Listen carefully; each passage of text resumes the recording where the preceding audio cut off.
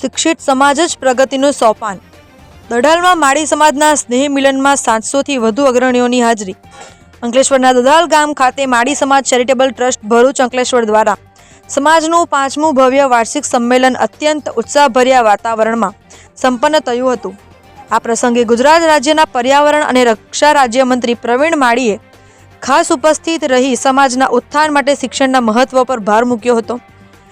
મંત્રીએ જણાવ્યું છે કે સમાજને આગળ લઈ જવા માટે શિક્ષણ એકમાત્ર માધ્યમ છે અને ટ્રસ્ટ દ્વારા દર વર્ષે આ દિશામાં નક્કર પ્રયાસો કરવામાં આવે છે। આ સંમેલનમાં અંકલેશ્વર અને આસપાસના વિસ્તારોમાંથી માળી સમાજના 500થી 700 જેટલા અગ્રણીઓ મોટી સંખ્યામાં ઉમટી પડ્યા હતા। કાર્યક્રમમાં મંત્રીની સાથે ભાજપા પ્રમુખ પ્રકાશ મોદી, નગરપાલિકા પ્રમુખ લલિતાબેન રાજપુરોહિત, નોટિફાઈડ એરિયા પ્રમુખ જય તેરૈયા, બાજવા પ્રમુખ મનીષભાઈ અને ભરૂચ આરટીઓ પંકજ પડિયાર સહિતના અનેક રાજકીય અને સામાજિક મહાનુભાવો ઉપસ્થિત રહ્યા હતા। કાર્યક્રમ દરમિયાન સમાજના તેજસ્વી વિદ્યાર્થીઓ અને વિશિષ્ટ યોગદાન આપનાર વ્યક્તિઓનું સન્માન કરવામાં આવ્યું હતું।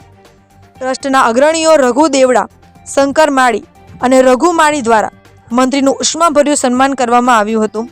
સંમેલનના અંતે માળી સમાજના સંગઠનને વધુ મજબૂત બનાવવાના સંકલ્પ સાથે कार्यक्रम पूर्ण थयो हतो।